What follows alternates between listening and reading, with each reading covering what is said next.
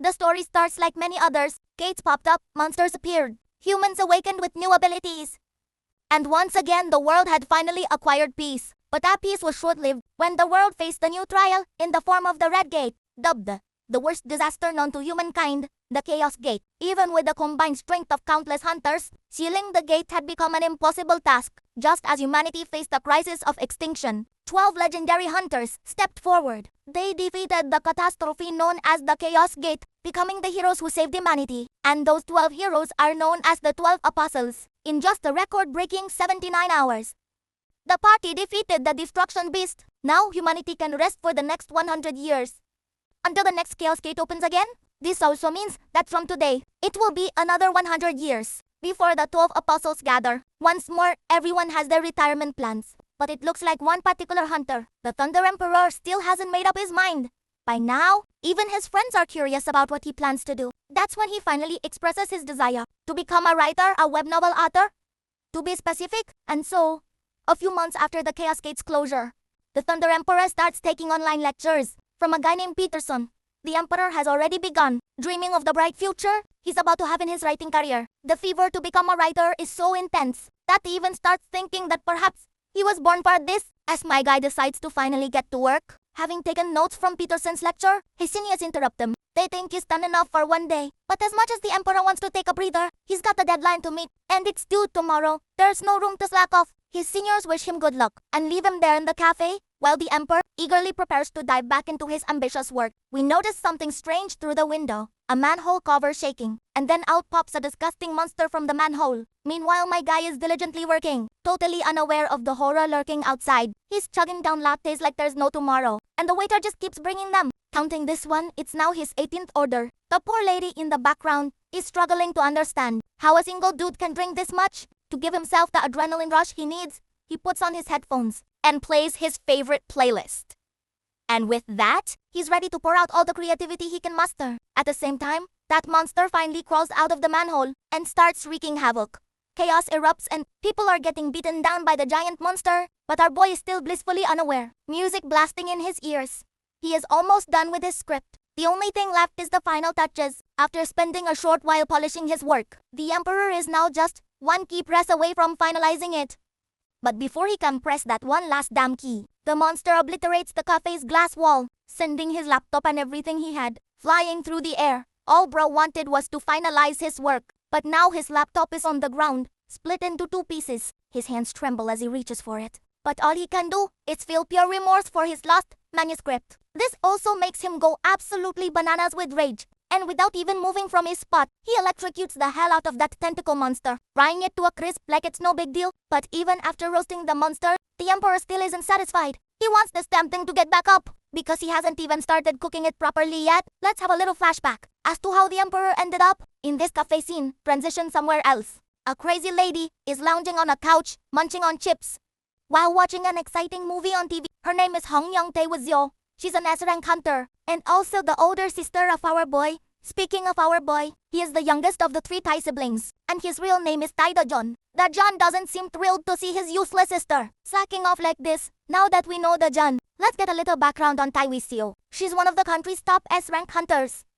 and the captain of the 7th Division of Guardian, a top-ranking guild not only that, but with her delicate looks and impeccable fashion sense, she's a superstar in the hunter world. But right now, she looks nothing like the elegant, badass lady everyone imagines her to be. Ijon takes the TV remote and changes the channel, instantly sending her into an absolute frenzy. Like an obnoxious iPad brat, she's furious that he's ruining her precious day off. But Yejin reminds her that, as a self-employed freelancer, she technically has no work to take a break from. Since she's at home, he wants her to help with the housework. If she doesn't like that, then she should at least go outside and get some exercise. As the siblings bicker back and forth, Ejin's phone suddenly rings, catching both of their attention. When he checks the notification, they both learn that a sudden gate has appeared in Mapo District Seoul. The TV news blares the same report.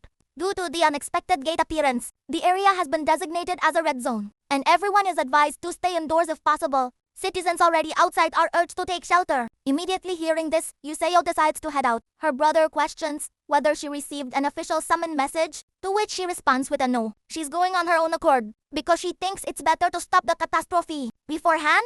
As soon as she takes off those goofy-ass glasses, she suddenly transforms into the stunning hunter. We've all heard about even the June can't help but take note of how effortlessly cool his sister looks but he reassures her that there's no need for her to step outside because he a flop and unemployed writer just so happens to be nearby running errands. And that's how one simple decision led the June to lose everything he had poured his heart into. With his laptop in pieces, the hard drive is completely shattered. No hope of reviving his lost manuscript. What makes it even more painful is that it was supposed to be his debut work. He was so sure that with his first novel, he'd hit a big, make a dazzling debut. As a super rookie in the web novel industry, as a popular writer, he'd win this year's web novel award, hold lectures and finally enter his prime. But now all those dreams exist only in his head, failing miserably to materialize into reality. So, to blow off some steam, he's absolutely looking forward to grilling more than just a few octopuses. He's gonna make damn sure these little critters know they messed with the wrong guy. Now his sights are set on the boss monster, and it's only a matter of time before he makes an example out of it, showing the world why messing with him is a terrible idea. Meanwhile, across the city, personnel have already begun neutralizing the threat. The Team 1 unit dispatched to the area has successfully cleared out most of the monsters and ensured the safe evacuation of all civilians. The soldiers are now ready to march ahead and eradicate the remaining monsters. Only a few critters remain, and once they're dealt with, they'll be free. They find it exciting how smoothly they've handled this threat, especially since it's categorized as a sudden gate, which is known to pose a major challenge. But then again, the reason for their easy victory is apparent.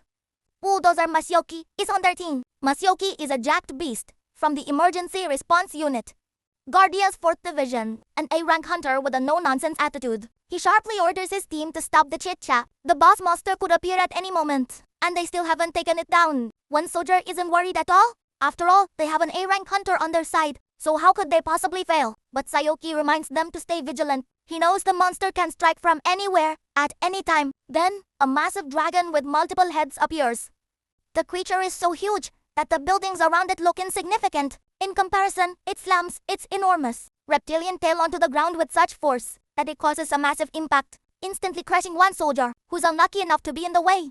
Just to blink, and the man's reduced to a bloodied pulp. Sayoki is utterly stunned. He's never seen anything like this before. The monster they're facing is no ordinary beast. It's a Hydra, a boss monster with the AAA rank. The soldiers open fire with everything they have, but it's clear that their weapons are nothing more than a minor inconvenience to the monster. The creature obliterates buildings with a single swing of its tentacle. Sayoki is left petrified. A AAA rank monster coming out of an A-rank gate is unheard of. He knows they need reinforcements. Without it, they have no chance of surviving. The Hydra unleashes a blast of purple fire, and the soldiers brace for impact. But Sayoki swoops in just in time, shielding his team from the deadly attack. Just after blocking a single attack, he looks visibly exhausted. He knows they have to buy time until reinforcements arrive. The problem is, one head of the Hydra is already a class, and if all 9 heads attack, survival is unlikely. But Soki refuses to give up. If there are people to save, and if he still has the strength, he will fight for them at the cost of his own life. So, Suki does what any brave hero should. He leaps into the air and crashes down like a goddamn meteor, using his trump card to take down 2 of the monster's heads. It's a small victory,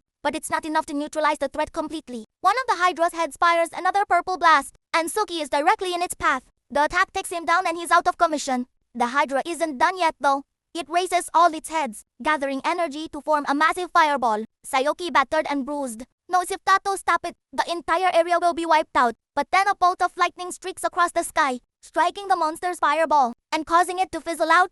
Sayoki is still in awe, watches as the lightning dissipates the threat, and standing in front of him is none other than Thunder. Emperor Rajon is absolutely furious. He was just one click away from finishing his manuscript, only for these monsters to ruin it all. The boss monster powers in fear as Yajin's radiant aura fills the area. Confused and desperate, it charges toward its demise.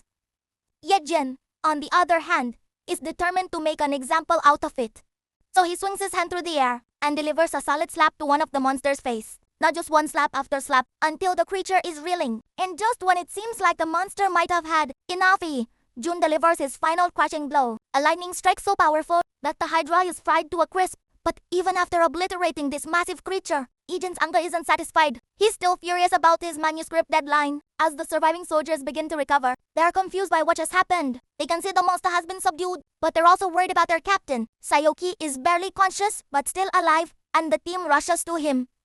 They also notice the lifeless Hydra's body, and upon closer inspection, they spot a massive groove on one of its heads. It looks like someone struck it with incredible force. Remember anything from the past week? They're annoyed. because he's been treating them like servants this whole time, and now his reputation is ruined because of his awful behavior. They even considered taking him to an exorcist if he hadn't threatened them with an axe. Speaking of the axe, Ian curiously grabs it in his hands, completely confused about how it even ended up there. His friends quickly get hit with PTSD from the past week and just tell him to put the axe away. Meanwhile, all these brutal truth bombs start to weigh heavily on our boy. The fact that he was possessed by an evil spirit doesn't sit well with him. What makes it worse is that he doesn't recall being near any dangerous places or objects, so how could he have been possessed? Out of the blue, he starts to entertain the idea that it might be connected to that nightmare he had last night. His friends are relieved that whatever possessed him is finally gone, and thankfully it's gone before Ian could cause any more trouble than he already has. Hearing this, Ian curiously asks if he did something terrible. They agree that he did do some pretty terrible stuff. In fact, it was so crazy that he might not even be ready to hear it. He beat the second year's top student. Yes, you heard that right. Ian defeated the second year's top student, the very student hailed as the youngest aura expert, the same student who's been referred to as the monster swordswoman. Among the second years, her name is Syria Yordina. Ian is literally struggling to believe he beat that monster of a woman. As if that wasn't enough, Celine reveals that the defeat he handed her was so bad and humiliating that she had to be hospitalized for an entire week. Ian starts questioning what kind of evil spirit possessed his body to make that happen. Well, they're not sure either. But Celine reminds him that that's all in the past now, and they need to focus on the present. She asks him what he plans to do about his swordsmanship class today, because today he's supposed to face that very monster woman once again. The scene then transitions to the recent past, where Syria can be seen struggling against Ian. He's staring her down with those deadly glares, slapping her hard across the face and sending her tumbling backwards. He follows up with another brutal attack. Bro is beating the hell out of her, disregarding any offensive misogyny. The students around them are in utter awe. As far as they can remember, Syria was virtually undefeated until this moment. Even the fourth-year students had a hard time defeating her. But Ian is handling her like it's nothing possessed. Ian stands right in front of her, towering like the Sigma he has become. He finds it pathetic that, despite intentionally leaving openings for her, she falls for them and attacks without thinking. What's worse, she didn't even seem suspicious of the trap he had lured her into in the present. Ian is dreading the fight ahead. Out of everyone, why does he have to fight Syria? It would have been fine if he were up against someone he could actually defeat. But now, he's about to face the Academy's unbeatable student. Syria Ardina. Celine suggests Ian call it quits while he still has the chance. Meanwhile, other students start egging Syria on, telling her to give her best. They recall how badly she lost before, but she's still determined to fight and won't let it go. The professor always covers for her because she's strong, which is why she's under so much peer pressure. She wants her name as the strongest swordswoman. To keep flourishing, the teacher decides to commence the match. But before doing so, he reminds everyone that this match serves as a substitute for their class, and it will affect their grades. Well, that's not a good sign for our boy. While he had no problem getting defeated, the thought that this could affect his grade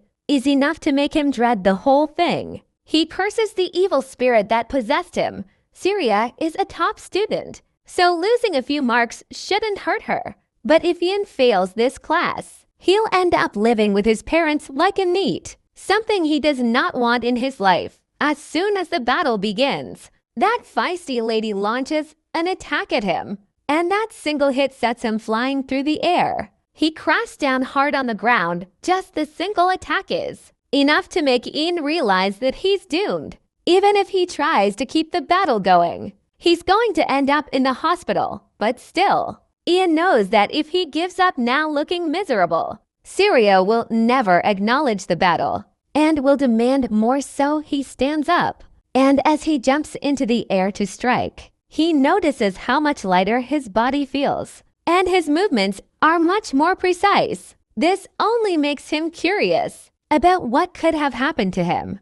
This story takes place in an academy. There, Ian Precus is a regular student, enrolled in the Department of Swordsmanship. Third year, meanwhile, his friend Celine Haster is enrolled in the Department of Knights. Second year, then there's the third guy, Leto Einstern, who is also in the Department of Swordsmanship third year. Being average academy students, the biggest worrying for them is the usual stuff, like low grades, exams, and all that student stress, to forget about all of it. Ian and his male friend rely on a little bit of booze. After having a good time with his friends, Ian heads back and falls asleep. As his slumber deepens, his mind drifts into the realm of dreams. There he sees a battlefield littered with enemy corpses, and in the midst of it all stands a mysterious figure who oddly resembles Ian. The figure claims that Delphorum is coming, and they must stop him. Ian finally wakes up when morning strikes. The name Delphorum lingers in his mind. He's heard this name in legends before. He decides not to think too much about it and dismisses it as just a weird dream because he drank too much the night before. That's when he suddenly notices a letter on his table that definitely wasn't there before. Another strange thing he notices is that the date on his calendar has changed. It's now 7 days ahead. He picks up the letter and starts reading it. From the handwriting, he can tell it's definitely written by a woman. Without even finishing the letter, Ian starts to imagine it's from some girl who has a crush on him. He might be late for class, but he's sure reading this letter will be worth it. However, after reading it, he realizes the only beautiful thing about it is the handwriting. While the sender did claim to be his fiancée, the contents of the letter are seemingly unusual. Everything written seems abstract. In the last page, he learns that the letter is from someone named Sophia from the year 570, one of the imperial calendar, on the 15th day of the month of the bow. The funny thing is that the dates on the letter don't match with the calendar. And another striking detail is the highlighted message at the end of the letter, which goes like, "If we don't protect the future, the world will perish." Annoyed, Ian crumbles the letter and tosses it into the trash, thinking it just a prank. As he walks through the crowd of students, he notices everyone is trying to avoid him, as if he's caught some contagious disease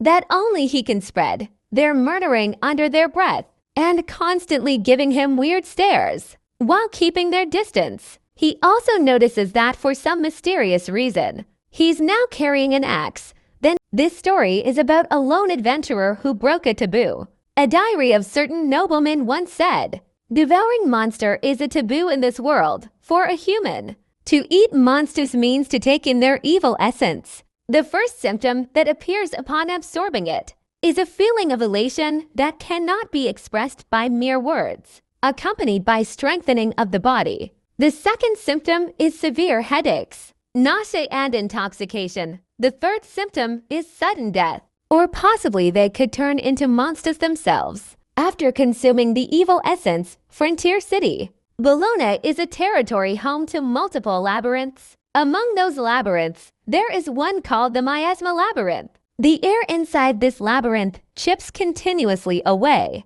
at the status of visiting adventurers. This specific labyrinth is hated by other adventurers, but our protagonist always visits it. Before he knew it, he was getting recognized as the Miasma Scavenger. Like always, he is on another raid exploring the labyrinth. On the 6th floor of the dungeon, he finds the miasma grass in great quantity, and this discovery seems to be a normal thing for our adventurer.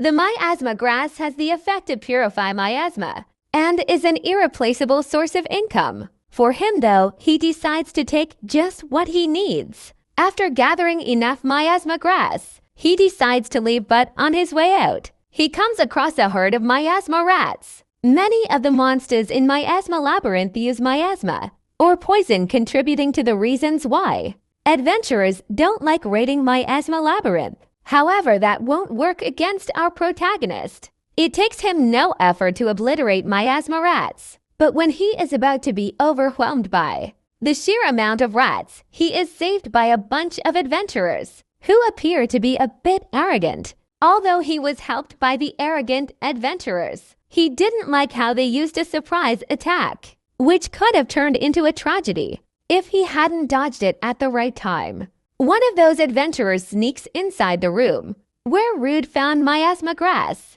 This is where Rude realizes that these adventurers were following him all along because they wanted to harvest his spot. The adventurers deny the fact that they were following him and claim that they just happened to meet him there and save him. The tension in the room increases when the adventurers, with a high sense of pride, prepare for combat. Rude reluctantly thanks the adventurers, canceling out any potential quarrels sometime later. In a local restaurant called Full Belly Restaurant, the adventurer is shown to be being bullied by even more ill-mannered people. He is mocked for his inability to defeat monsters. Rude possesses a unique skill called abnormal status nullification.